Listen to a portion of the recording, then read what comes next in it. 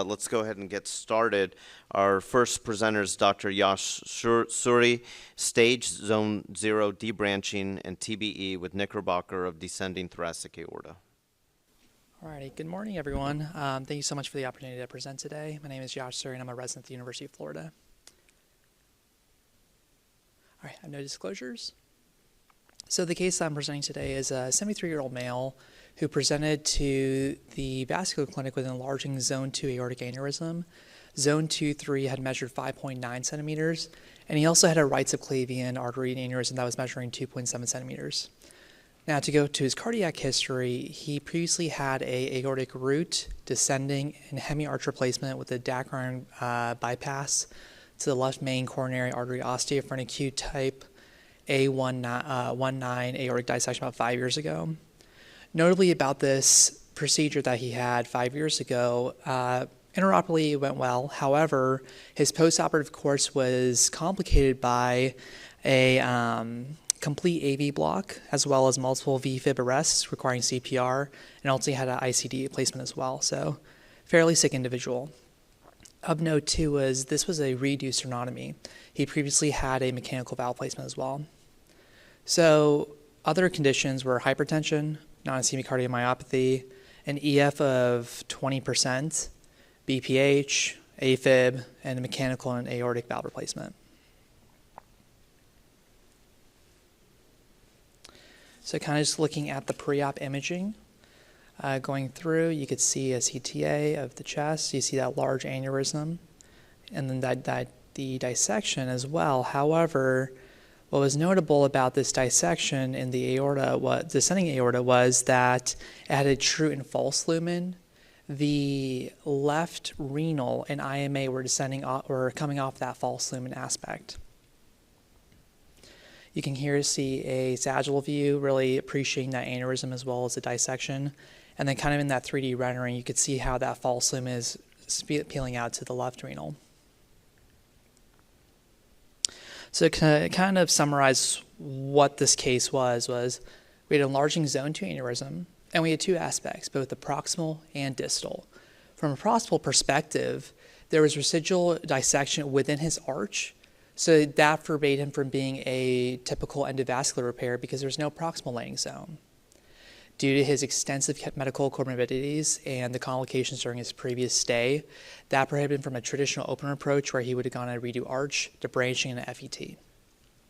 From a distal perspective, as we saw on that CTA, there was a dissection to zone 9, so that required not only an arch, but also descending aspect. So he needed either a Knickerbocker or a PMEG to prevent that retrograde false lumen flow.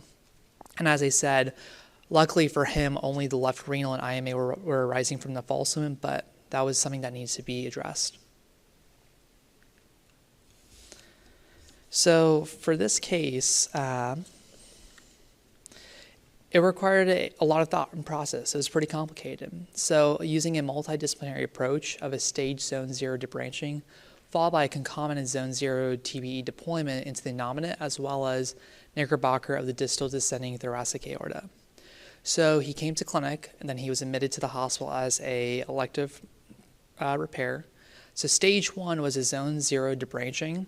So at that point of that surgery, they did a left carotid to his left subclavian bypass, and then a right to left retroesophageal carotid bypass, and then finally a proximal left carotid ligation. The reason for the ligation is to prevent backflow into the graft area to prevent a leak. He did well. Then he went back to the OR on post-op day 2 for the second half of the procedure. So that was a branch and a graft deployed into zone 0. So through a brachial cut down, a gore thoracic branch and a prosthesis into the innominate, as well as the proximal aortic cuff. After that was done, then using the Knickerbocker technique, that was successfully performed in the descending distal thoracic aorta. So this image is the angio run after all the stents have been deployed. So here we have the arch, we see good flow.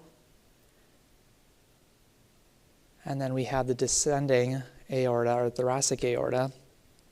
And just to kind of highlight, so we have A and B labeled right here.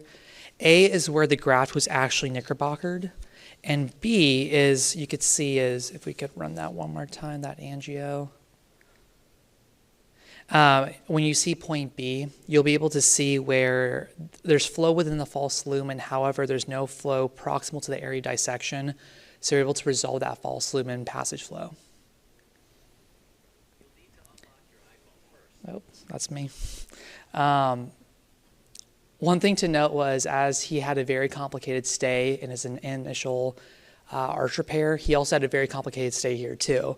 Post-op, intraoperatively, things went well. In the post-op setting, he again developed VTAC and VFib arrest. He already had the ICD in place, so that required shocked. He also was put on a lidocaine infusion. He also developed bacteremia from Pseudomonas. And eventually, over the course of the month, we were able to get him off to be hemodynamically stable and eventually discharged to home. He was then followed up in our clinic. So this is now a 9-month surveillance scan. So kind of going slowly, you could see the carotid and subclavian bypasses. And then going to the aorta, we see that graft in place with no major endo leak, descending all the way down. And everything is stable.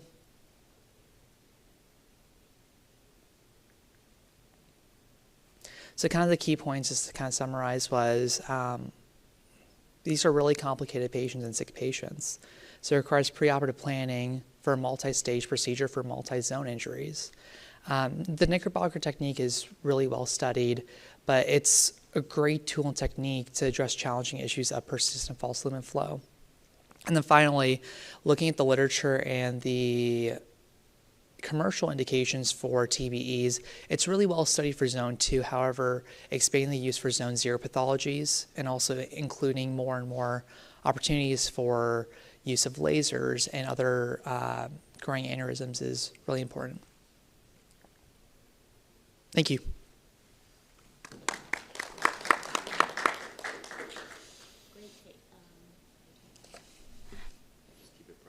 All right, great case. Thank you very much. Maybe you can explain what the Knickerbocker technique is. Yeah. So typically when you deploy TEVAR, you deploy a stent to the true lumen. However, in our case, we had false lumen flow. So what you want to do is, actually, I can go back to here. So you find your area where you want to deploy your stent, and you put your graft there, and then when you deploy it, actually what you do is you want to, using angioplasty, you're going to plasty not just the true lumen, but to the whole lumen, so you can address that false lumen flow. Yeah, so basically you're putting some other piece of graft into the false lumen to thrombose the false lumen and overexpand the true lumen. Now, the other option is to follow it, right? Because can you talk a little about that? Because you can follow the distal dissection. Yeah, so the idea was that now that we already knew that the left renal and IMA were coming off of the false lumen. At that time, it was just decided to go ahead and address that issue as well, and then following along with serial imaging. Was the renal function okay, or? It was slightly decreased, slightly elevated creatinine. That's why there's. So what you're saying is, if kidney function's okay, there's no gut ischemia. Just watch. No, I mean, I think the worry with these chronic dissections is they become aneurysmal down the road. So, we have always fixed the proximal in the descending thoracic, and then you can always watch the distal and do surveillance. But there, in some cases you can embolize the false lumen with this Knickerbocker, and the idea being that you can change the what is it called, remodeling, right? Mm-hmm. But you still have a false lumen. Like, you still have a pretty significant false lumen right. through the visceral segment. So you're still going to have to follow this anyway, right? So, and you don't want to thrombose the whole false lumen because your left renal is coming off of it. Mm-hmm.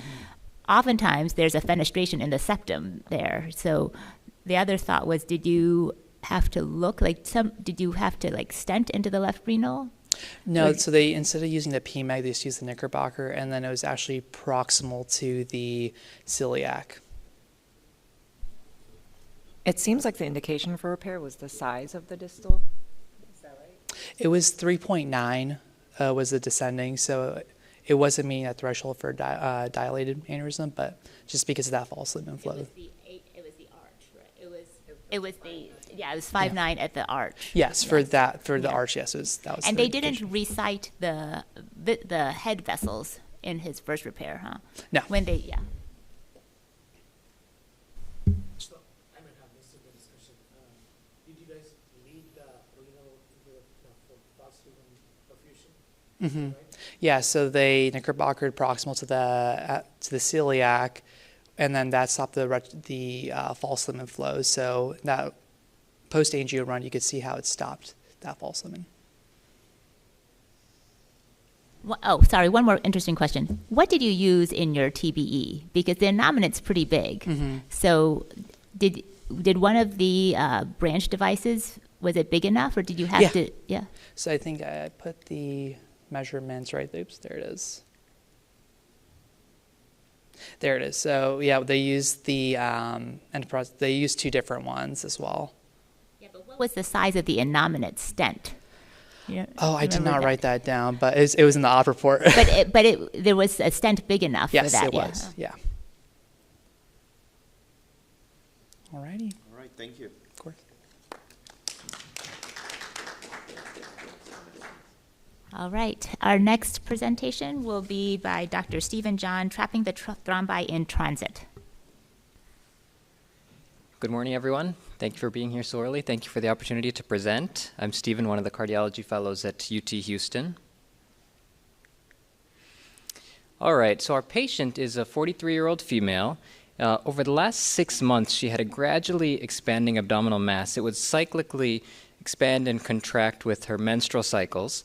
What brought her to the hospital, though, was 2 days of acute onset dyspnea. Previously could walk a mile at baseline, no difficulty, but now at rest felt dyspneic, and with taking a couple steps would feel palpitations, pre-syncope. Her mother and maternal grandmother had had history of MIs, but no other history of clotting or cardiac disease in her family. And no chronic medications that she would take. And then I didn't mention that I mentioned on the previous slide, but 20 by 10, about a soccer ball sized mass in her abdomen. And so I was the fellow on overnight, and this is what I was greeted with on a little bedside scan of her. You can see in the peristernal long view, something bouncing around in the right atrium. Then looking at the peristernal short, you can see it's kind of in and out of the right atrium into the right ventricle in this young lady. She had a CT scan, which was actually what prompted the transfer to our hospital, that showed submassive pulmonary embolus, significant clot burden in the left and right pulmonary arteries with significant dilation of the right ventricle, about 3-to-1 RV to LV size. And then including just a couple additional pictures, you can see that large right ventricular size on the apical forward chamber view, and then you can see the clot bouncing in and out of the IVC as well. She had elevated BNP and troponin, suggesting some right heart strain, which we could also just visually see as well. I didn't include images, but also significant right femoral DVT in addition, so clots all over the place. So the challenge in her case, what to do, the timing of what to do, given the RA thrombus and the worry that submassive PE, maybe mortality 5 to 15%, but if that clot were to dislodge and then become a massive PE, could that be more like a 50% mortality in this otherwise young and no other comorbidities that we knew of lady? And so that prompted activating the lab overnight. And so step one, 7 French access in the left femoral vein that was upsized to 17 French, and then just in case ECMO would be needed, VA ECMO would be needed, there was also 4 French access in the left femoral artery. And then in the RIJ, 7 French access that was upsized to 26 French.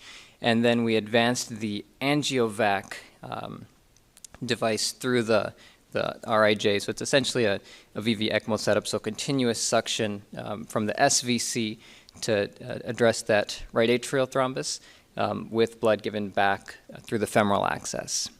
And the primary endpoints for our suction thrombectomy was actually just the echo guidance, the appearance of the clot. You can see our pre versus post, and then the clot that was sucked out.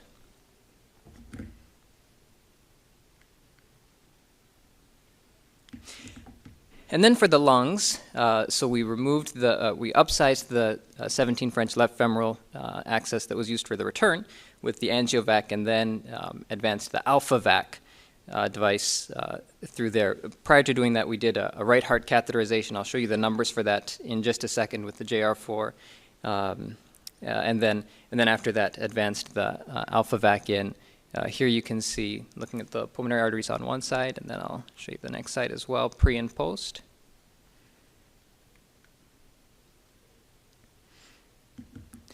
And our primary endpoints for this was just based on angiographic image of the vessels, trying to achieve, I guess, a balance between taking out as much clot as we can, but also with the AlphaVac, not giving the blood back the same way the angiovac was, trying to reduce the amount of blood that we're taking out as well.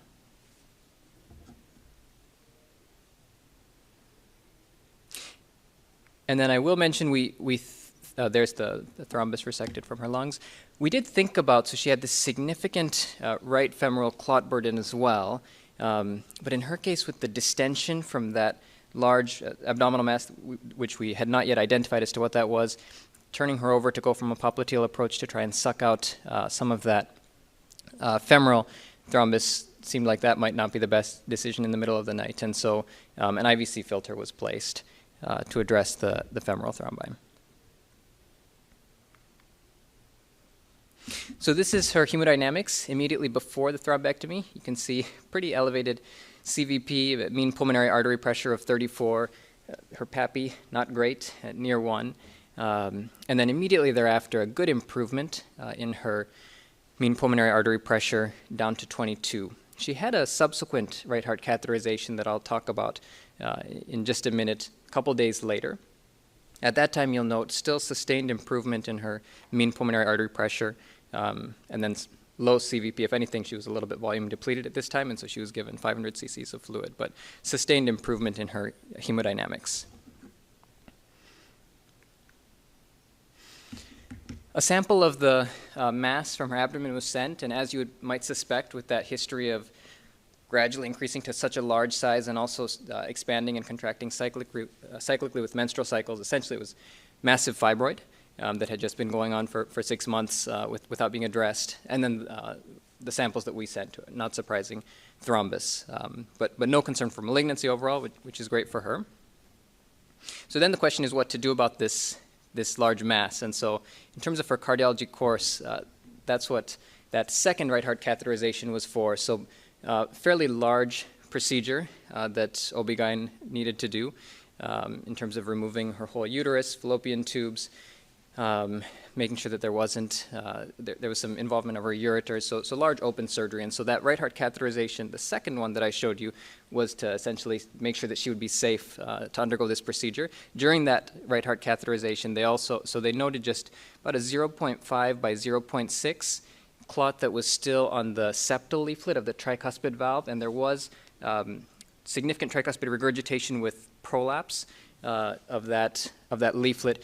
We didn't go after trying to remove that for worry that we might damage the tricuspid valve more, and her hemodynamics were fine, and so we thought, well, we'll let her just have the tricuspid regurgitation. The reason for doing ice, not wanting to avoid as much anesthesia as possible, it's something like TEE, requiring additional sedation.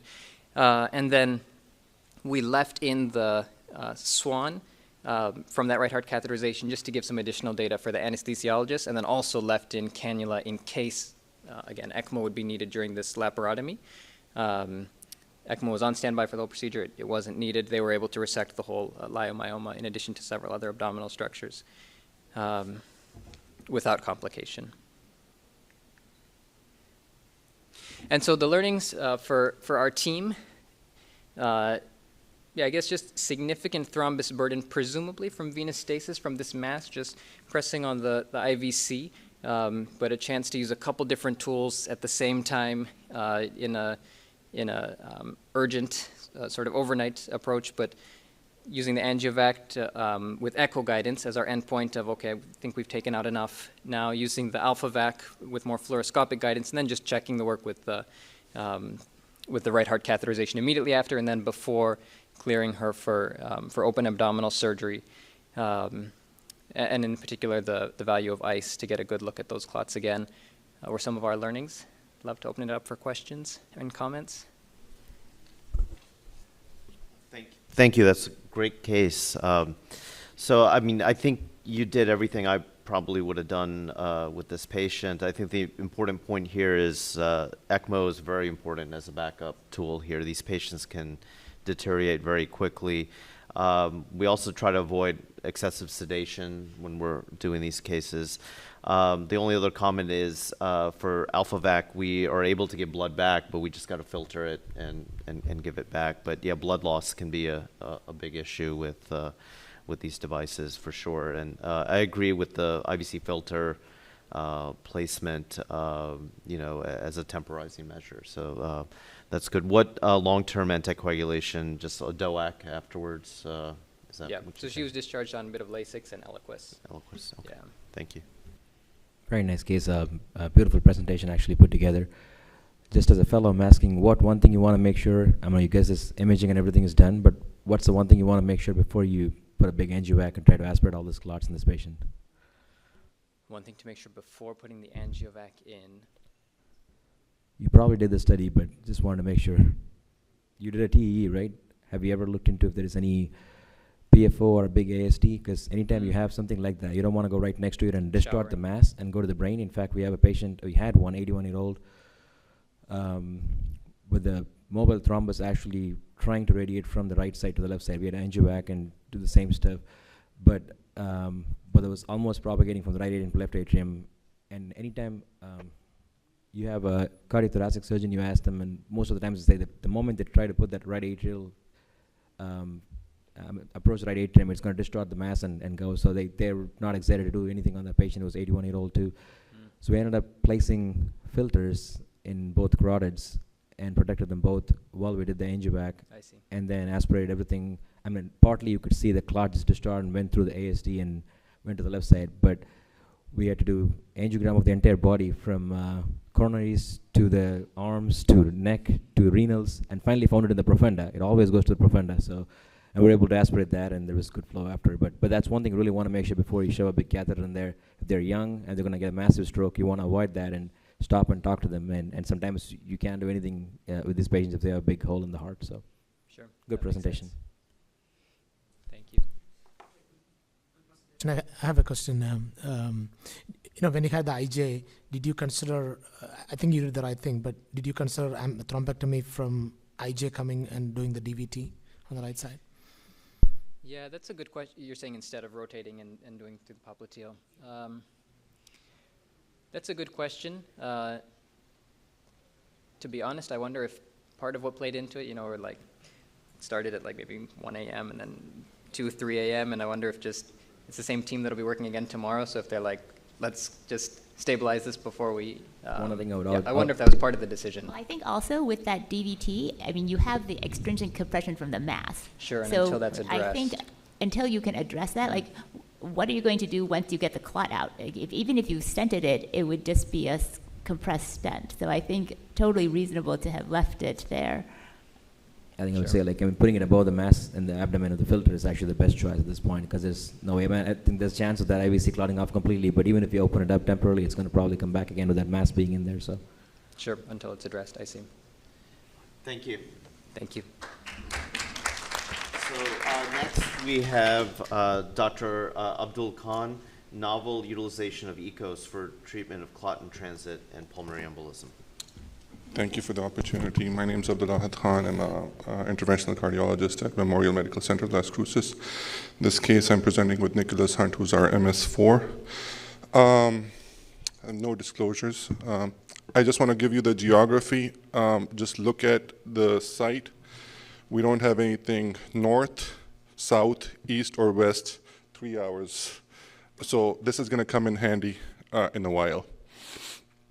All right, so I have a 78-year-old paraplegic male. He comes in, obviously, like most of these patients do, on a Saturday early morning 4 a.m. call on the weekend. I get a call from the ER. They're saying this patient is having chest pain. He's progressively short of breath for the past 3 days. He has history of prostate cancer, hyperlipidemia, chronic non-healing ulcers of the lower extremity. He's bedbound. And he's got T10 to S1 spinal fusion. This T10 to S1 spinal fusion is going to come in handy in the algorithm. His well score is 8.5, high risk of PE, so they obviously are already suspecting it. He's got saturating 83% on room air. He's got elevated troponins, BNP is elevated, lactic acid is elevated. He's starting to go into shock.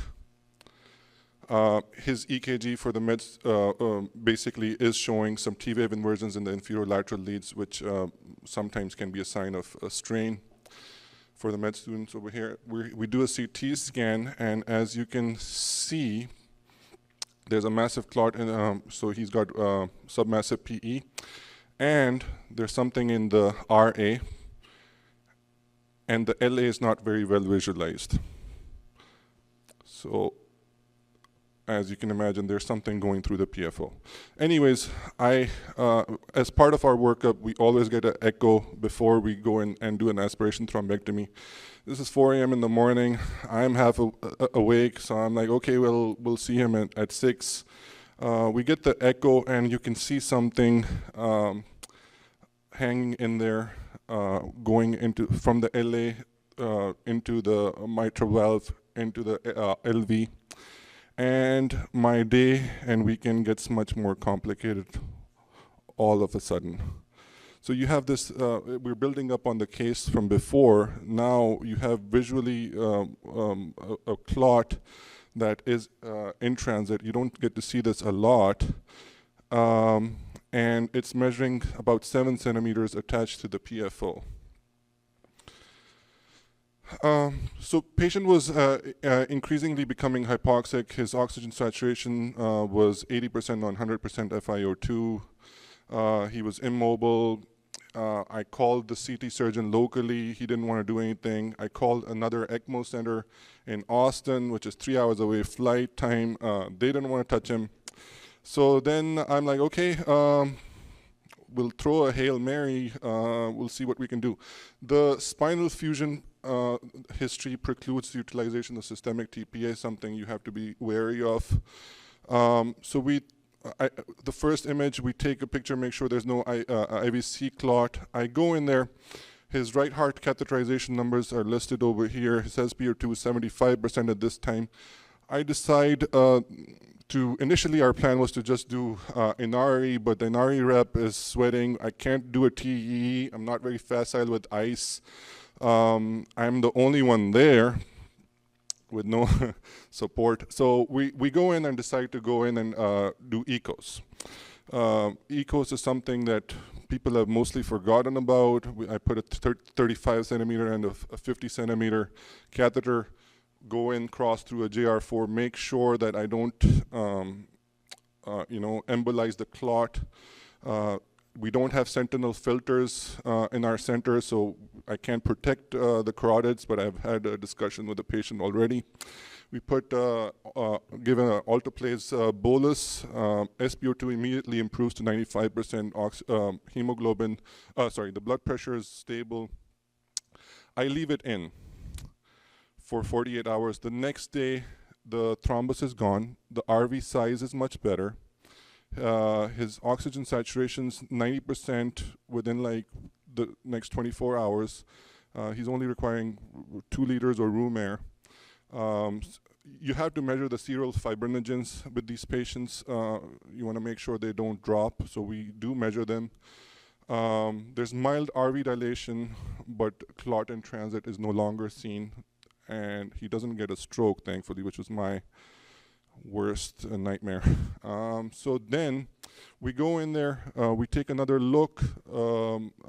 There's no more clot the next day when I have more support. He's discharged home on Eliquis. and we get a good result. 4 weeks later, he comes back. He's still alive. I have pictures to prove.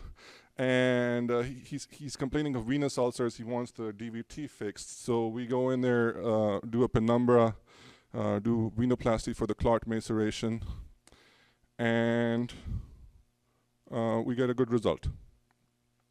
So that was primarily the case for someone with low resources, and when you're stuck in the middle of nowhere, you come up with some ingenuity.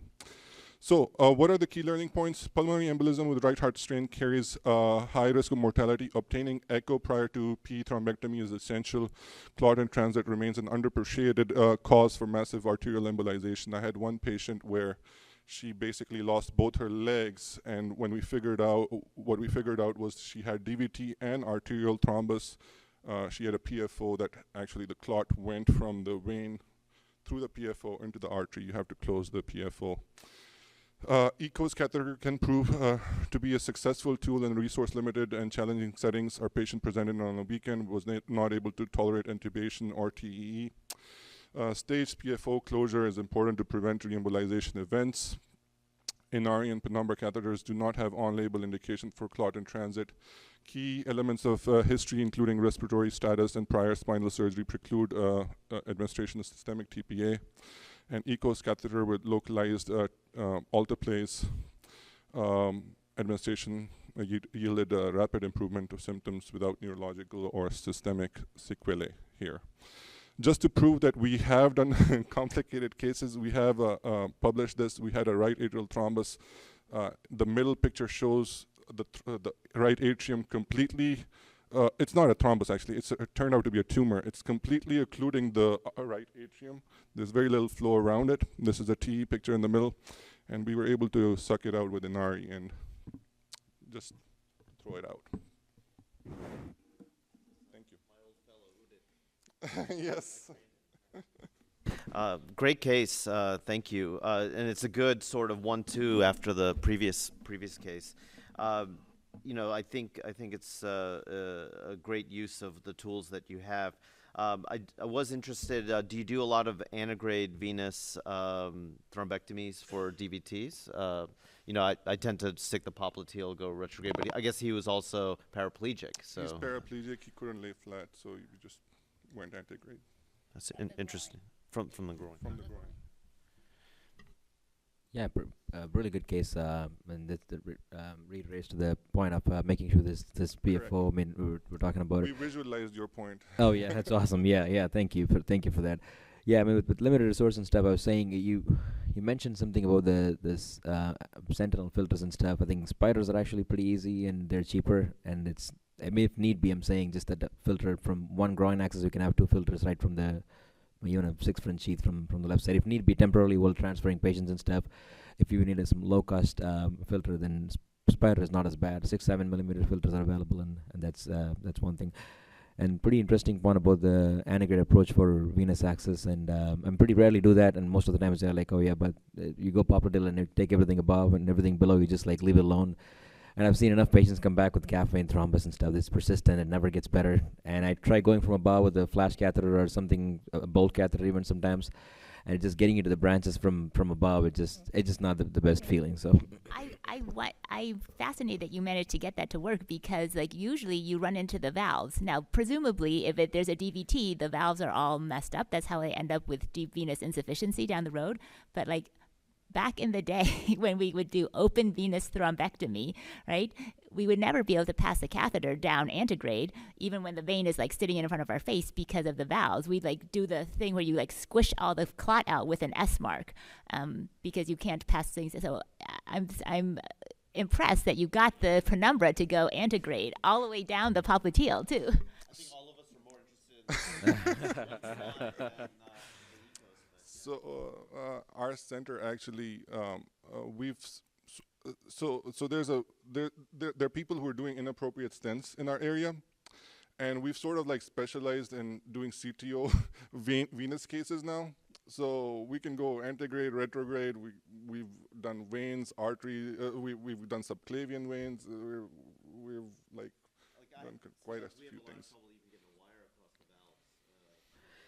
I think one thing I've noticed is I used to be a big fan of, I mean, it's not nothing against a company or for a company, but Glide Advantage was actually really helpful before with the knuckle and stuff, but now I just go for a cross lead for a lot of things. It's pretty good from Asahi, that tip load and torque ability and stuff, so that's pretty much my to-go choice. It can get out of the vessel sometimes, but you just pull back and redirect it, so. Or we can do a flossing technique. Yeah. But you have a snare and it's Right. painful. Yeah. It's a great case. Thank you.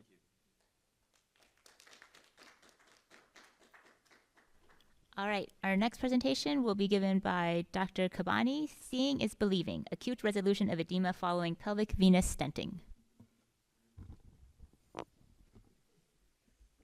Hello, everybody. My name is Mahmoud Kabbani. I am a cardiology fellow at UT Health San Antonio. And my case, as mentioned, is titled Seeing is Believing, Acute Resolution of Edema Following Pelvic Venous Stenting. No disclosures.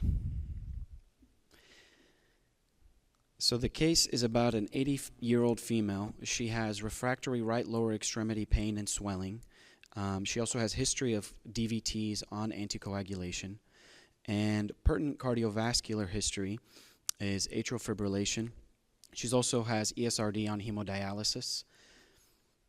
And we did a ultrasound of her right lower extremity, which showed chronic thrombus and scarring of her right common femoral vein. This was her initial venogram. You can see that there is a tight lesion in the right common femoral extending into the iliac vein, and you can see a nice channel of collaterals indicating the chronicity of the lesion.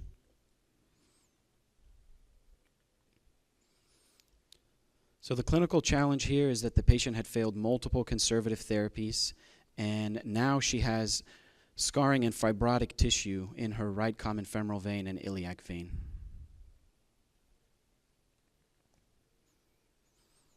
So we accessed the lesion via right femoral vein with a 10 French sheath, and then we crossed with a soft glide wire with support of an 035 quick cross microcatheter, and then we performed IVUS.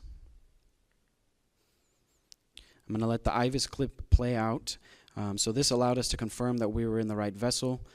It also gave us an idea of just how long the vessel is for stent planning.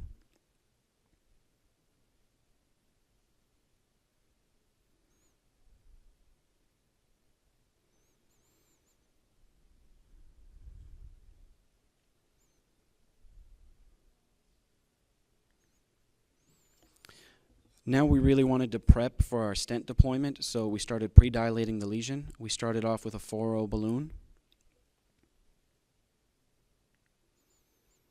This was the venogram after that.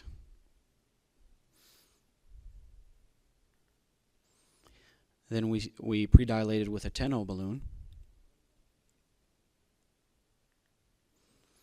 Then we upsized our sheath and we used the Clot retriever bolt system to remove small fibrotic tissue.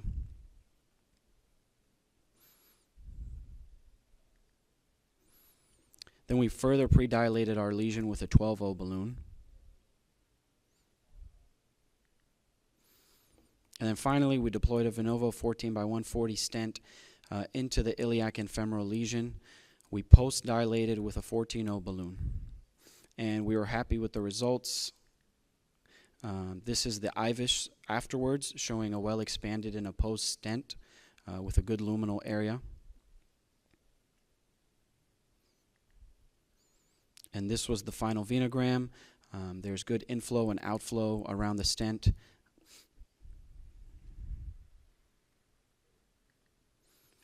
And on the right here, you'll see a picture of the patient's leg pre-op. It's swollen, red. Patient was having a lot of pain. On the left, that's what that picture is. On the right side, you'll see patient's leg 1 hour post-op. Acute resolution of the swelling, and then we saw her in clinic a few months later, and she was no longer having the pain, no more swelling in that area. So some key teaching points. One, it's very important to consider endovascular options to prevent and manage post-thrombotic syndrome. Promptly treating DVTs can prevent this type of injury. IVUS is very important pre-procedurally and post-procedurally. It allows you to plan for your stent and then confirms that your stent is well expanded and opposed to the vessel. And its resolution of the edema can acutely be seen. And that's the case. Thank you so much. Great case. I have a couple of questions. So I think probably the presentation was occluding acute thrombus with a collateral, because that seems to be a presentation to me rather than chronic, because that's why it was solved immediately. Number two, that's a comment and a question. Do you routinely do thrombectomy in chronic DVTs? Not unless these patients are coming in like with post-thrombotic syndrome, having a lot of pain and symptoms. I think in this case, the ultrasound noted thrombus, so that's kind of what we did. You know, I think there is chronicity to this because she had complained of this swelling for years. And, you know, one of the good things about the post-venogram was the collaterals were gone. And so, you know, it was profound to see the symptoms go away so quickly, but we didn't get much stuff out of the thrombectomy, just some fibrotic-looking material, but probably she's had a series of DVTs over time and led to damage, endothelial damage. Oh, great presentation. First thing to notice is the sock company is making a lot of profit. I think use the same medical sock all over the country. It seems like the yellow socks are pretty famous, huh? It's a patient wearing. Anyway, it does seem like, I mean, I agree with the chronicity of the case.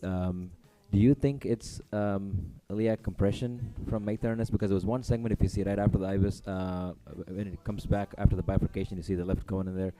And there seems like the artery is too close to it. Again, most of the times, if we don't have a reason, no explanation, I think that's probably what it is, especially in just that common iliac, external iliac area when it's getting right next to the vessel.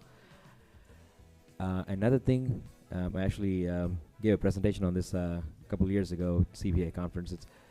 It's something that I've started doing it routinely after seeing all these cases. One thing just to make sure is you don't have any sort of a mass engulfing the vein causing this chronic DVT. I always started doing CT with and without contrast in these patients.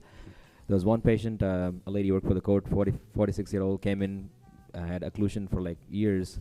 We were able to open it up, place a stent, everything looked great. And then she came back in a month, we did a CT scan, and the stent was just twisted so much, and then the mass was just engulfing the stent and just was trying to eat it away. And she passed in like in a year after that. But that's something really important to make sure that it's not an abdominal mass something. So it could be just indicating of a bigger problem down there, and then you may not want to sign up for this if it actually happens to be a end stage or a cancerous mass or something going on engulfing this. So Mythernis is first thing to remember, and always a mass compression. Anytime you see a chronic DVT, always make sure you get a CTA, abdomen, pelvis with contrast. Yeah, thank you. Yeah, the patient did have CT imaging before. Would you see the compression of the vein on IVUS if you were considering Mythernis? Yeah, MR venogram, CT venogram, but most the specific indicator is going to be your IVUS. You'll see the vessel right next to it, and then you'll see this compression, and that's pretty classic. I mean, I feel like it's in the zone where that compression usually happens. People always talk about left side compression, but it's not impossible to have right side compression, and Mythernis on the right side. So, I mean, we don't call it Mythernis, it's just an iliac vein compression syndrome. So, yeah. Exactly. May-Turner's the left-sided, but the misnomer here and traditional teaching was, you know, it's only left-sided, only women. You can get compressive physiology on the right side all the time. You know, it could be back pain, chronic inflammation, fibrosis, mass. There's a lot of reasons, you know, to have compression on the right side as well. So one thing I always noticed is these veins, they seem to be extremely small and not dilatable, and they're like almost wrapping around the IVUS, but they stretch and heal so much to a point, and I've never had a perforation, knock on wood, anytime. You just stretch them to the actual reference diameter, and you feel like, oh, the vein is just so small. You don't. I don't think you should be expanding that much, but believe me, that if you don't expand one-to-one, there's stent migration, all the other problems that happens, but really important to make sure that we size it and go with the full size that's needed. So that's really important for fixing these cases, but really good presentation again. So I have a question to the panelists. How often do you all do CT of the abdomen when you have a iliofemoral case? I only do it, if I'm worried about compression. So we had a case right before I left, consult I did, and I can show you the image later after the session. It was like literally 99% thread of an external iliac vein. To me, that's unusual. It's a red flag. I worry about some kind of infiltration around the structure. So there I do it. But I don't routinely use CT venography to plan these cases. I usually go pretty quickly to IVUS. I get it almost all the time when there's a pelvic DVT, mostly because, the prevalence of a pelvic mass you don't want to miss that. So I feel like it's pretty easy to get even a non-contrast CT just to check. It may depend on if you're doing a nibble case versus PPS.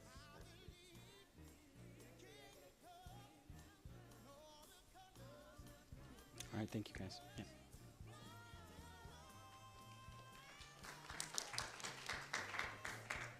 Next, we have Dr. Foster presenting bilateral pulmonary emboli in a 22-year-old patient with Alport syndrome.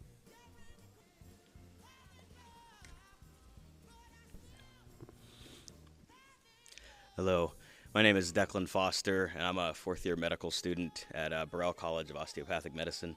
And I want to thank you all for your attention and the privilege of getting to share this case with you today. I want to also give a special thank you to my co-author, Nicholas Hunt, and my preceptor mentee, Dr. Udit Bhatnagar, without whom this would not have been possible. I have no disclosures. The case that I'm here to share with you today is of a 22-year-old female with bilateral subsegmental pulmonary embolism and acute cor pulmonale. This patient presented to the emergency department the morning after a track meet. She had just finished running in a heat for her local university and had fallen asleep that night and woke up with shortness of breath. No pertinent cardiovascular history, but she did have a remote history that she was told from childhood of Alport syndrome, and before she had moved to Las Cruces, she was told she had stage 3A chronic kidney disease with a unilateral congenital renal agenesis. She had not established care with a local nephrologist and has been completely asymptomatic with her Alport syndrome her entire life. When she presented to the emergency department at our hospital, her only real complaint was shortness of breath. And the initial ED evaluation had her Wells score at about 1.5, and they weren't overly suspicious for pulmonary embolism and started initiating a respiratory panel workup. However, certain signs were there that things are going to worsen. She was tachycardic at 108, and EKG did show sinus tachycardia.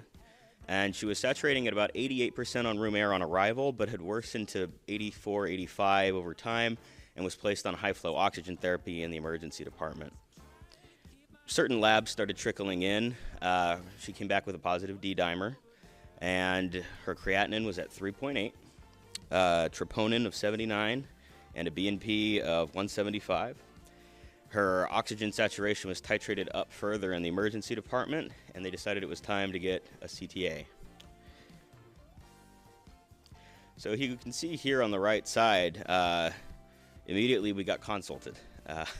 She has these two bilateral, pretty reasonably sized pulmonary emboli, and she was starting to decompensate. She was transferred over to the ICU, and we began a pretty engaged heart team discussion with looping in nephrology and the intensivist on what to do next because her renal function was rather poor. And so the discussion was, can this be a medically managed situation versus is this going to need to be an aspiration thrombectomy? And this is the same resource-limited region from a couple presentations ago. And so we also briefly discussed EKOS catheter with local alteplase as well. Eventually, the workup necessitated, I think we're going to go towards an aspiration thrombectomy approach, and we got an echocardiogram, which I can see if I can play here, which shows really just a classic sign here of McConnell's sign with the paradoxical movement of the apical right ventricle. You can also see dilation of that right ventricle as well as some movement of the interventricular septum into the left ventricle. So we're seeing all of the signs and indications of acute right heart strain in the setting of bilateral pulmonary emboli here. So the decision was made, she's going to need to have an aspiration thrombectomy. There was a long discussion beforehand with nephrology about, this worsening creatinine and renal function. We're going to have to be really limited with the number of pictures that we take. We're going to have to pre-treat the kidneys pretty aggressively with N-acetylcysteine and bicarbonate. And she was given lots of IV fluid boluses. And of course, the hope here is that we're not going to worsen her condition with a contrast-induced nephropathy. This is the only pre-aspiration image that we have, but as you can see, there's a big flow defect here on the left side, and definitely poor angiographic blush in the region. So, clinical challenge with this patient. Just kind of overviewing everything we've talked about so far. This is a young college athlete, and when she got to the emergency department, low pretest probability of having bilateral pulmonary emboli at first glance. She showed signs of AKI and was at high risk of this nephropathy, like I mentioned, but this is a very atypical presentation for Alport syndrome. She was not on medical management for the condition. She had no hearing loss or vision changes that are associated with this condition. Up until this time, she had a pretty normal baseline creatinine. She had an eGFR in the high 50s, so it met stage 3 criteria, but she was not on ACE or ARB therapy. She did not have a local nephrologist. And the decision-making here was really broad with interdisciplinary input from just lots of sources, but we all knew that upon recovery she was going to need even further management outpatient with a lot of specialists. So here we have our post-thrombectomy images. Access was done through the right common femoral vein. Pulmonary artery catheterization was performed with the Judkins right catheter. Stiff Amplatz wire and a 20 French was used on the right side. And we see here we got pretty good angiographic blush on the right with resolution of blood flow. When directed into the left, on first attempt, the upper lobe, we were able to get a decent amount of thrombus. We ran into some challenges in the lower lobe, and we ended up switching to a 16 curved French and trying one more time right before we hit our contrast max, and we got a good yield of thrombus from the left lower lung. So some key learning points for us. Patients with Alport syndrome sometimes can have a broad presentation depending on the phenotype and the specific gene that's in error. And this is not, like I said, a very common presentation, but there are certain phenotypes of this syndromic condition that do predispose you to thromboembolic events. And so perhaps if she had had a little bit more of a thorough evaluation or genetic workup in childhood, we might have been able to start medical management or kind of intervene before life-threatening sequelae like this occurred. And review of the literature, we also saw that as soon as eGFR begins to decline in patients with Alport syndrome, they really should be started on ACE or ARB therapy to protect the kidneys as well, and especially in this case as she only had one kidney to begin with. It's also critical to consider non-cardiovascular disease when evaluating these sequelae. So the reason why we looped in so many specialties for this is just because it was a complicated intellectual case, more so than a complicated mechanical case. And so just to wrap up, the good news was she responded very well to the thrombectomy. Her oxygen saturation improved to 95% the next day. She was titrated down to 2 liters per minute. She was going to need pretty thorough systemic anticoagulation, so we looped on hematology oncology, and she was following up with them shortly. At 2 months' time post-op, we were proudly able to say we got another echocardiogram, which showed no evidence of right heart strain. Her creatinine came down on discharge from 3.8 to 2.2. And so pretty good outcome. She was excited to get back into running track and field for the university. And we were just happy that, everything worked out. This was a very young patient, and we were grateful. And so I want to thank you for your attention, and time for questions. Thank you. That was an interesting presentation. My only sort of pushback would be that N-acetylcysteine really has no value in preventing AKI. It's been shown in randomized trials, so just keep that in mind. I think, even in some of the nephrology guidelines, it's like a class 3 indication at this point. So just one teaching point. And then, when we talk about May Turner and things like that, in a young woman who's got nephrotic syndrome and is already predisposed to clotting, that's something else to at least consider in that population. Oh, great presentation again. Just a couple things. As I agree totally with the NS system. I mean, I'm not into literature as much with that, but my nephrologists say it doesn't work, so we never usually do that. Prehydration and things. A question for you and for the panel too. I know I'm a big proponent of like thrombus aspiration stuff, but this young lady who's trying to protect her renal function, how many of you would just opt for no contrast EKOS and send her for a pulmonary embolectomy?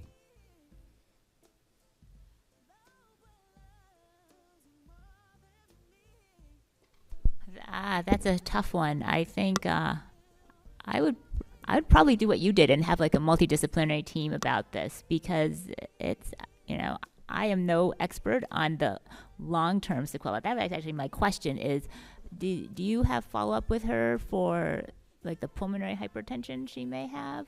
That would be my question, is like what, like if you don't do it, if you sort of subject them to a life of more pulmonary hypertension down the road. I actually don't know. I mean, I would do the thrombectomy without any contrast. I mean, why even do a completion pulmonary angiogram? Right, that's a good point. Because if you're getting clot out, the sats are better, the pressures are better, you're done. And she already got the contrast for the CTA, right? So, and depending on this, like I mean, the flash catheter and the lightning catheter, they both are like feedback based and color based, so you can actually sense thrombus. You know, you're on the big vessel. You can actually defend anatomy as long as you go. You don't want to go into the deep vessel anyway, because that's not the point. You just want to get the main PA. And if you have a thrombus and it aspirates and it gets stuck to a thrombus, you will see the change in color and the feel. So I think it's. I agree with that. Like I mean, I don't have the right answer. I mean, I don't know how many of you would refer for surgery, but I think it's probably too invasive. She's probably looking at renal transplant somewhere down the line, I feel. But I'm glad that improved. The kidney function came back, and even with the contrast we used. So that's good. Even EKOS by itself, you don't have to send for thrombectomy, right? Because we don't do that, because most of the time we clinically assume they resolve pretty well.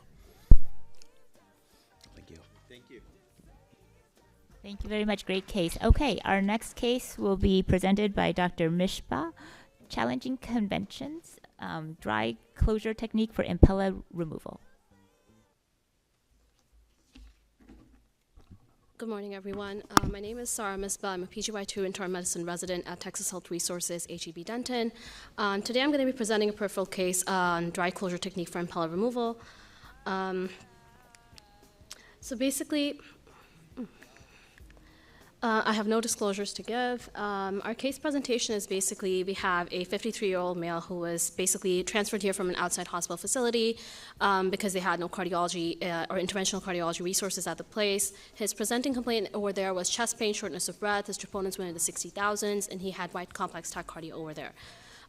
When he was transferred to our facility, he was transferred here on BiPAP, a heparin drip, a amiodarone drip, and was transferred to the ICU at our facility for NSTEMI and pulmonary edema. A little bit of background on his cardiovascular history. He has had extensive CAD.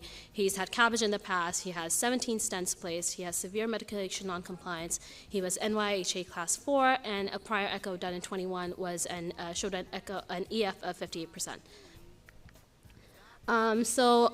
Before we took him to the cath lab, another rundown, he had wide complex tachycardia, but when he presented to our facility, he had diffuse ST depressions. He was admitted to the ICU on the same, and then overnight he had worsening chest pain, labored respirations, and had to be intubated, and our cardiologist was called at this time late in the night to take him to the cath lab. A little representation of his EKG on presentation, diffuse ST depressions, maybe a little LAD-ST elevation in AVR, so really bad disease at this point. A little echo that was done, let me see how I figure this out. So basically he had dropped his EF from his last time that was done. He was now at 35-40%. He also has apical hypohydnesis and regional wall motion abnormalities, just a reiteration of the same. Labs at this time, he was in shock. His lactic acid was at 5.9, and his troponins kept rising, and at this point, it was just more than 60K. He was taken to the cath lab. He underwent a left and right heart cath. He had an Impella placed. A little bit on this, when he was taken to the cath lab, he was at this point intubated and on a ventilation, and all the right heart cath readings were taken while he was on a levofed and nitro drip. He has 100% inclusion of the circumflex. We did a PTCA IVUS DES placement. He had left main moderate disease, and he had 100% CTO of the right coronary. Our main problem over here was that when he was in the ICU, he had the Impella in place, and he was transferred back to the ICU. Overnight, during pulse checks, his left limb had no pulses at all. We did a Doppler, pulses were not Dopplerable either, and there was concern for critical limb ischemia at this point. Cardiology at this point was consulted again, and there was, at this point, I think it was 2 a.m. at night, and then our cardiologist was called. She came in at 5 a.m., and he was taken again to basically remove the Impella. Our main problem here was that our patient had severe peripheral vascular disease. We tried to, we knew that his iliacs were not accessible. We decided to go with a transradial route. However, when we took him to the cath lab, we had problems in getting the transradial access because his radial was occluded. There was very low flow on the Doppler. So we prepped the ulnar instead. There were good pulses there. We elected to proceed with that. We placed a slender guide sheath. It was introduced. It was a 6 French. We accessed the right ulnar artery, modified Seldinger technique, and then we placed a 5 French catheter, did a sheath exchange, and ran our guide wire through that. We subsequently put like a, let me just have this run a little bit. Okay, so we were able to access that. We ran our guide wire through, we fed it to room across Stella, and we inflated the balloon to basically tampen out our LFA for perclose, and then we did a double pre-close, perclose style, and then our R2P was removed, and we were able to get pretty good hemostasis on that end, and we just used our regular TR band. On this side, we basically have our wire going through the transulnar axis into his iliacs, and then on the next video that we had, it was basically just a balloon inflation of that. Unfortunately, we didn't have too many videos or images for our cath lab. Something happened, and we lost some images. Again, good flow after our intervention, and afterwards, his pulses were pretty good. We had no issues otherwise. A little rundown of the reasons why we can have limb ischemia. You can either have like clot embolization, dissections. All of this is further worsened by the fact that the patient was on pressors. He has really bad iliofemoral disease. It just makes a difficult baseline. Just a little update on this patient. He stayed for a really long, protracted course. I think he stayed for 30 days. Later in the day, patient did become hypotensive. He required pressors again. There was some multidisciplinary discussion at this time that if the patient required elevation of his pressor requirements, he might need to be elevated to escalated to an Impella 5.5. Throughout this entire process, patient did remain intubated. After the 30 days of his protracted hospital stay, patient did pretty much get better, and he did fine. He was extubated, and he did pretty great, and was transferred back to his hometown. So our learning points would be you need to be cognizant of optimal bailout and complication management in Impella placements. We need to understand the importance of dry closure technique. Normally you would want to go with like a surgical cut down, but especially when you have critically ill patients, you want to be cognizant that you want to do dry closure, and also you might need, because you're like taking them off from mechanical circulatory support, you might need access for another one to place in case the patient decompensates. And just the importance of the pre-perclose sutures prior to large bore MCS, just to facilitate that safe closure. And thank you. So, great presentation. I think there's so many ways to skin these cats, right? I mean, everybody has a different approach. I've gotten to a point of pre-closing even the shockiest of shock patients. It just takes, 20 seconds to throw in a couple, even one perclose if you don't have time. And then the other technique sometimes is to wire it and put 2 smaller sheaths in, and then perclose on each one, and you get a dry closure without having to inflate a balloon. So, 2 6 French sheaths, or a 6 and a 7, or 2 7s, either, and holding a little bit of pressure, and then just hitting it each one with a perclose, and then you don't get bleeding. So it's a little bit simpler approach. Yeah, very good case, and I agree. It is very tough sometimes to get these Impellas out. My question is, when you access the ulnar, what was the size of the sheath? 6? It was 6 French, yes. So why not access the brachial? I only ask this because most people in the hand, their circulation is ulnar dominant, which is why you do the radial. You can, in theory, if the radial artery occluded, and probably you get more radial artery occlusions than we look for, right? But if most people are ulnar dominant, it's okay. But if you have a problem with the ulnar, then that's a problem. But you can hold pressure at the 6 French sheath from the brachial. So was that So it discussed? was not discussed to do a brachial. We've been doing a lot of transulnar cases in our at our facility, and our operator was pretty confident to go through. We did do like the Allen's test. We looked at the Bordeaux, and we had pretty good collateral circulation. We were pretty confident with it, and she has had a lot of experience doing this, so she's proceeded with transulnar reflexively. Yeah, great case and great presentation again. I totally agree with that point. I've had some issues enough to a point to use ulnar because there's no bone underneath for you to compress. It expands, bleeding, compartment syndrome, you have to go repair it. The only remaining vessel to the arm, it supplies the entire arch. The islands and Bordeaux, it doesn't matter when your radial is occluded at that point because you're basically living off the collateral from the ulnar. It's going to be okay as the collaterals are robust, but if you stop the flow, but the inflow is to the hand and comes back, your Allen and Bordeaux at that point doesn't matter. So brachial has a good chance of salvaging it. It can be even repaired by vascular surgeons, and you can compress it against the bone better than using the last known ulnar vessel. Yeah, I mean, even a small French, if you just have to have a balloon, even a 4 French sheath in there, should be able to take up to a 6 balloon in there if it's a Boston balloon and stuff. So I think a smaller sheath and brachial for last remaining vessel is what I would say.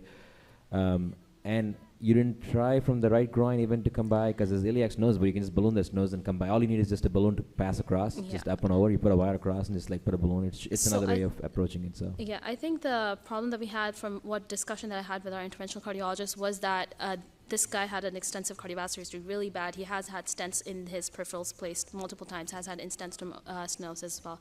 So they were like, he's already decompensated. We're going to try multiple accesses. It's just going to delay the process further. We know there's a good access, just proceed.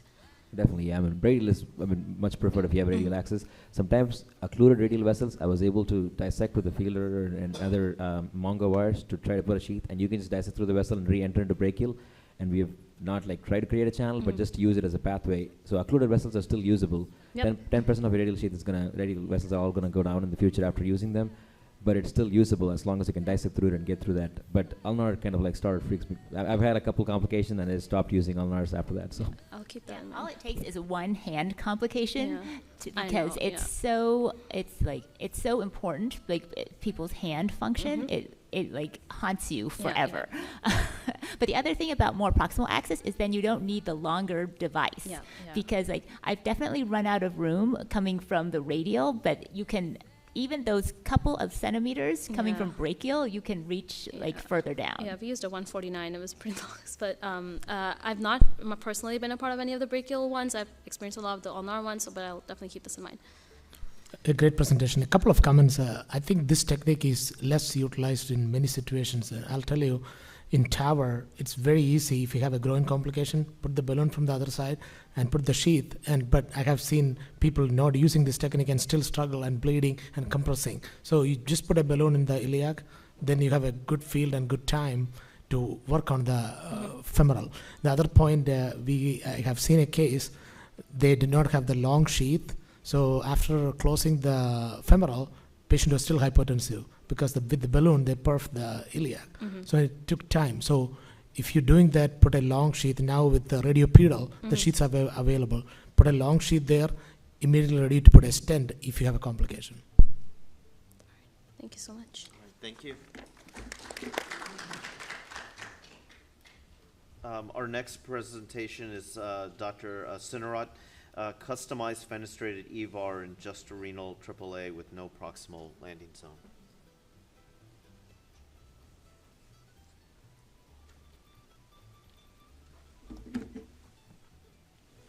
So thank you very much for having me here. I'm Dr. Sinurat from Indonesia.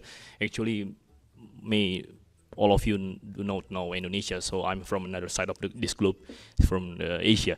So on behalf of my mentor, Professor Sungura from Korea University, I did this case alongside him. So this is a customized fenestrated EVAR and Juxtarenal AAA with no proximal landing zone.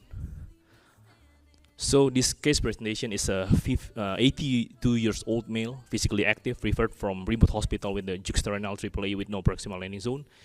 Actually had a CAD3VD vessel disease with the complete revascularization and also the cerebral aneurysm operation history and octogenarian and also hypertension. So this is the clinical challenge. You can appreciate this is the hostile neck, also the narrow of the neck. We can appreciate also in this kind of CT only like 5 until 6 millimeter from the neck until to the left renal artery. But another supraaortic branch like right renal, left renal, SMA, and also the celiac is no significant disease. Only some calcified disease in the bilateral common iliac, but nothing significant. So the clinical challenge is this: the Juxtarenal AAA with 60 millimeter with the narrow neck diameter of 22 and only 9 until 7 millimeter from the renal artery to the aneurysm. Short landing zone, and we also did the discussion with our fellow vascular surgeon. We did anatomical prerequisites and also talk about the open repair versus endovascular repair. This patient also, I have told you before that this patient is physically active people and person, and also the diameter is a 60 millimeters. So the morphologic indications say that this patient is maybe feasible for the EVAR. So we did try to do the customized EVAR with the DICOM 3D modeling. We did the whole positioning touch sample, and then we did printed and also make this. This is the final design. You can see here. This is the This is the company we are working with. Fenestrated with the 30 over 200 with the 4 holes. So we did the 3 access, so right common femoral, left common femoral, with 2 percloses, both in bilateral femoral artery, and also to integrate with the left axillary artery for 5, and then exchange the sheet to 8 friends with the ancel guiding sheets. So this is the baseline angiography, autography. We can appreciate this is the almost no proximal landing zone, adequate proximal landing zone with the fusiform AAA. So from the CT guided, we try to deploy, partial deploy, and then switching to the LAO, because the LAO can see and visualize all the aorta branches. And then we did the full body, main body deploy, and then we did the post dilatation with Reliant balloon 4.0. And after that, we deploy both the limb extension with the ballerina technique. This is the right limb and also the left limb. Seems it's okay, but the problem is start right here, because you know this is the hostile neck, so the geographic will be like changing, because we like straighten up the neck of this patient, the AAA. So we try from the integrate first, but failed integrate because you know the ostium of the left and right renal artery is changing because we strain up the neck of the AAA. So actually we try to advancing the 5 French ancel guiding catheter with the mother and child technique, and then we like a balloon gut extension, follow the balloon during deflation, and then finally we can use the B-graft 7.0 left and left both renal artery. And the same patient we tried integrate but failed, so we did cannulate from the retrograde to the SMA and finalize with the B-graft 7.0, same the sizing. But fortunately, our the celiac artery ostium is quite easy for us to cannulate, so we tried from the integrate. But we tried another not the same B-graft, but the seal extension stent graft, because this patient is a lot easier to cannulate from the integrate. So we try to do the another cell extension stent graft 7/40. We decided to use another because the stent graft seal extension stent graft is more rigid comparing to the B-graft. The B-graft is more low profile. Here, okay. Then we try to finalize, but here, 10 minutes after index procedure, yeah, you will expect this. Yes, the perforation, the patient still in the cath lab, and then I quick rewiring to do. Yeah, I know, because I puncture all the femoral artery and also so nothing issue with the femoral artery. So I know the problem will be in the axillary artery. So I quick rewiring, and this is the final result. I covered with the cover stent. We can appreciate this is the okay, good the fever and also sealed the perforation. This is the serial orthography, CT orthography. So the key learning for the operator and the team, this is a customized fever in the Juxtarenal AAA is feasibility and technical complexity of the performing of this complex fever. And also the precise planning, execution, at least advanced imaging, and also expected complication like the perforation of the axillary artery. You have to be in the good like a device and also the team. And also the fever, customized fever, also valuable, one of the valuable treatment for the high-risk pre-operative AAA or inoperable cases. But at least, as I know that we needed further experience and also long-term data about the using branch graft in the real-world data. Thank you very much.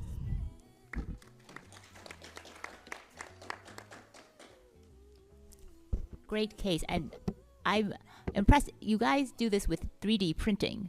Yes. So, like, you know, we would do this looking at the CTA and trying to look at clock positions to figure out where the fenestrations are. But when you do the 3D printing model, you just like use the model and make the device on the back table? Yeah, yes.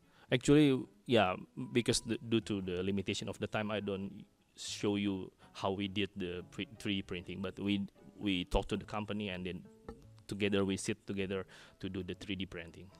And what is the device that you modify? I missed that. Is it the like the Medtronic graft, or which graft is it that you modify? No, actually, this is the Korean graft, the SNG company. So is it custom made based on the 3D printing, or do you have to make the fenestrations? No, this is customized by the company. Yeah. Oh, the company makes it. Yeah, company. Oh, you don't make. I thought. No. It comes from the company. Yeah, we sit together and like we sit together. From the city and the company makes it for us. Around 2 weeks. Around 2 weeks.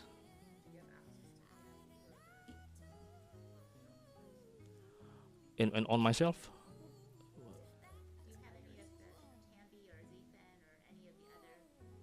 No, actually. Yeah.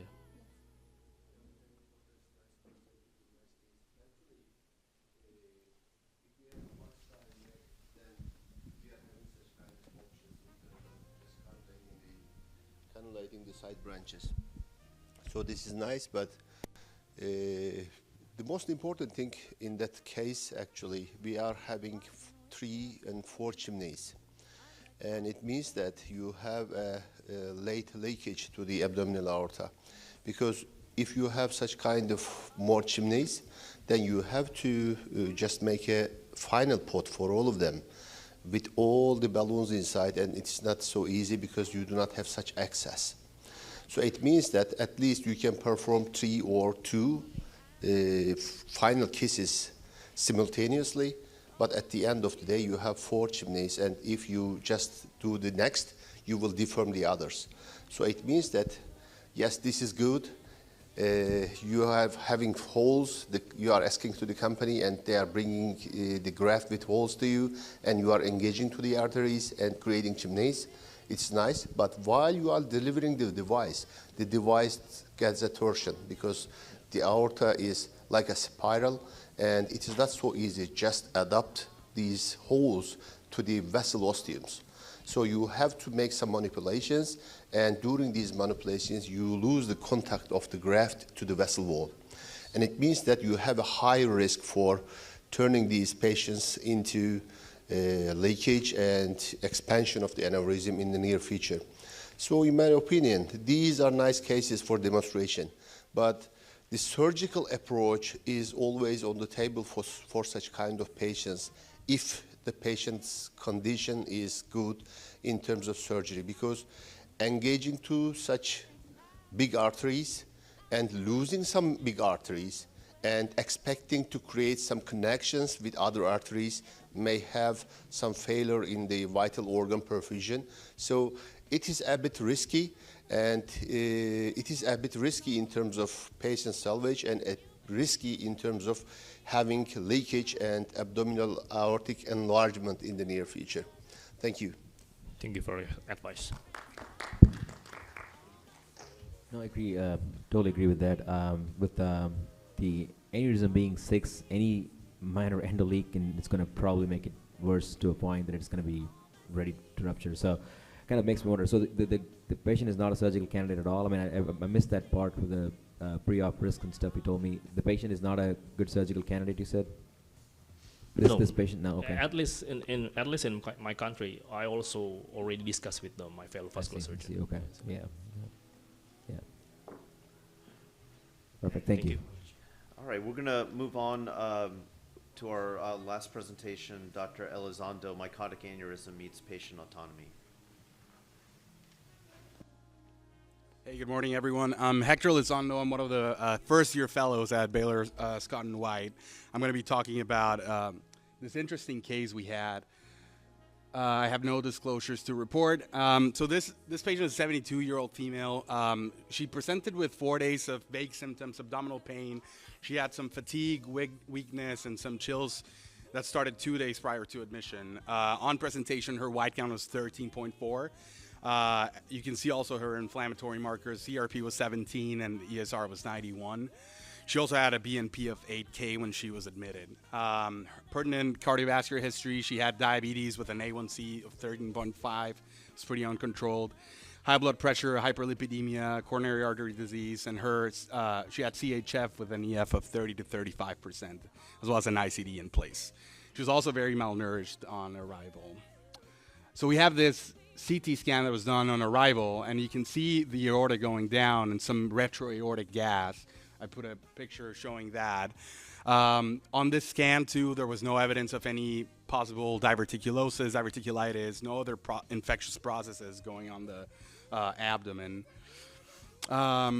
So she continued with abdominal pain. At that time, she was admitted to the ICU. Antibiotics were started. She was continuing to have abdominal pain. It was mildly improved. Her blood cultures grew gram-negative rods, and her white count went up to 20 in hospital day 3. At that time, we decided to rescan her, which I'm going to show in a bit, but she also had a full infectious workup, which didn't really yield anything. She had progressively worsening tachycardia. She became febrile, and her creatinine was worsening.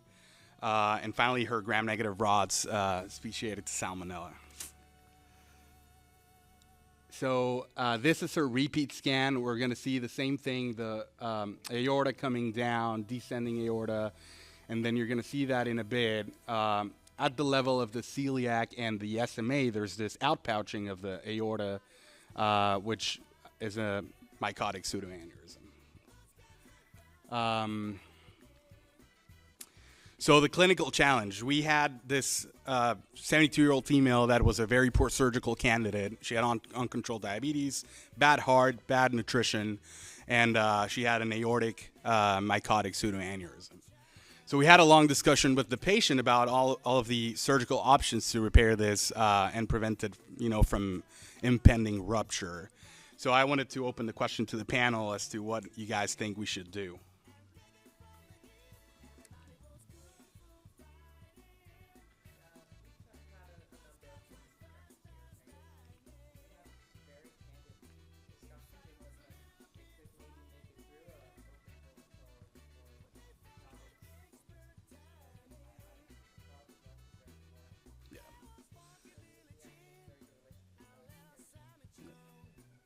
I think the palliative care option is really important. Now, I think this is particularly challenging, but there is data, mostly from Europe, but there is a big series in Europe, and it was published actually maybe 10 years ago in Circulation, but then there's been follow-up. I think it's from Sweden. I can't remember the author's name right now, but they do treat mycotic aneurysms, not infected endografts, but mycotic aneurysms with EVAR and long-term antibiotics with actually surprisingly good results. Not to say that that is the first-line thing, but this one, I don't think you can just put an EVAR. I'm not sure I would necessarily put a fenestrated EVAR in this.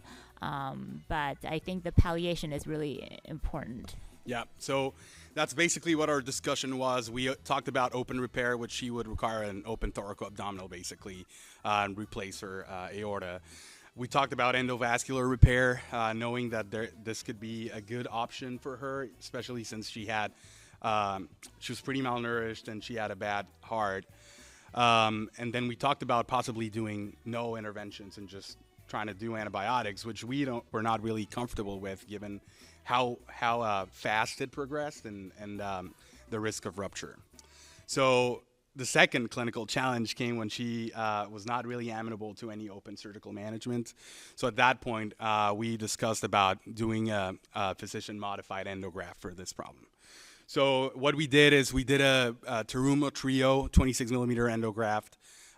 We preoperatively fenestrated on the back table. We did SMA, bilateral renals, and celiac fenestrations. The celiac artery was pretty occluded, so we did the fenestration with no plans to stent it open, just to see if any flow would go through. And then on the actual case, we were unable to cannulate the right renal, and all the other branches were cannulated successfully. And then angiogram revealed filling of the aneurysm through the right renal fenestration. So we ended up coiling that pseudoaneurysm, and I have pictures of all of that. So in this picture on the left, you can see that there's an initial aortogram with an outpouching towards the right side of the patient, just below the celiac and above the SMA. On the second picture, we're cannulating the left renal. On the third picture, we're trying to cannulate the right renal, which we tried for about an hour, and there was no really, we were not successful. On these next pictures, we cannulated the SMA on the left, and then we again attempted to cannulate the right renal, which was also unsuccessful. On this third picture, we are deploying the SMA stent. On the right-sided picture, we deployed the left renal stent. And then on this picture, you can see that there's still filling of the pseudoaneurysm. And when we were trying to cannulate the right renal towards the end of the case, we realized we were in the pseudoaneurysm, so that's when we decided to coil the thing. And you can see on the second and third pictures how we went about to do the coiling. So key learnings from our operation: no open surgery options does not mean that there's no options for mycotic pseudoaneurysm. Endovascular is still an option. And it's important to have an informed decision-making with the patient and tailor the treatment to their wishes too. And then, as you said, involving palliative care, we did pretty early on. And yeah, we just think that, you know, having a good discussion with the patient and getting palliative care involved is important. That's it. Do you have any long-term follow-up on this patient? Sorry? Do you have any long-term follow-up on this patient? Yeah, so the patient, she was actually continued to have a pretty bad acute kidney injury, and she developed a GI bleed. She didn't really want any other interventions done, and we had consulted palliative care, and the family was really involved. She was intubated for 2 or 3 days after the EVAR. And after that, her hemoglobin continued to downtrend. She did not really want any hemodialysis, and she had decided going to comfort care. Yeah, and I think it's an important point. In heart team discussions for structural, we do only offer TAVR or TEER if they have at least 1 year longevity. So I think that is a good discussion to have with the patient, because at the end of the day, all patients, all of us has to die. I think this is always a tough one. And the other thing I usually tell patients, even after we fix it, is that there are no further surgical options. Yeah. I think, you know, especially with the fenestrated, like trying to take this out is tough on a healthy patient. So I think that's, you know, sometimes they think that if you've gone to the extent to fix it the first time, you know, you're going to go fix it again. But invariably, they'll show up in the ER again. And they have to understand, and the people on call have to understand also that you've had the discussion that there are no other options here. And that's exactly right. I mean, we talked about this with the patient and the family, and they were well aware that was like our last resort. And yeah, it was a good, tough case, right? Yes, sir. Another nice case. Thank you for that. We also had a patient like that. She was suffering from salmonella infection, and she had an aortic aneurysm related to that infection, not just a mycotic one, but a fusiform aneurysm.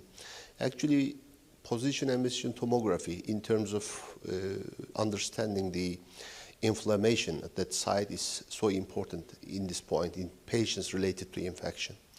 When you are having antibiotics and good treatment for such kind of infection, then commonly the tissue comes back and heals with fibrosis. Yeah.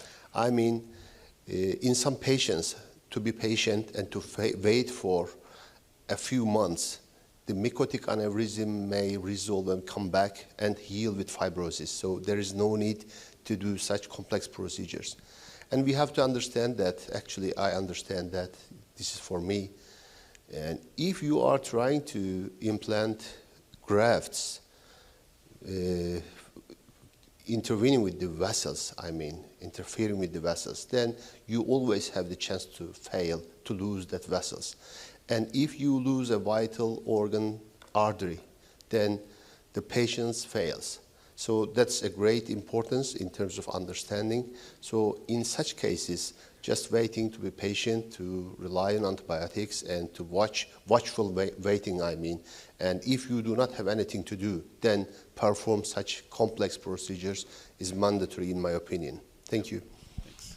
Yeah, and I think it's important to point out the right kidney was pretty atrophic, so we decided not to try any further. We were just not being able to be successful.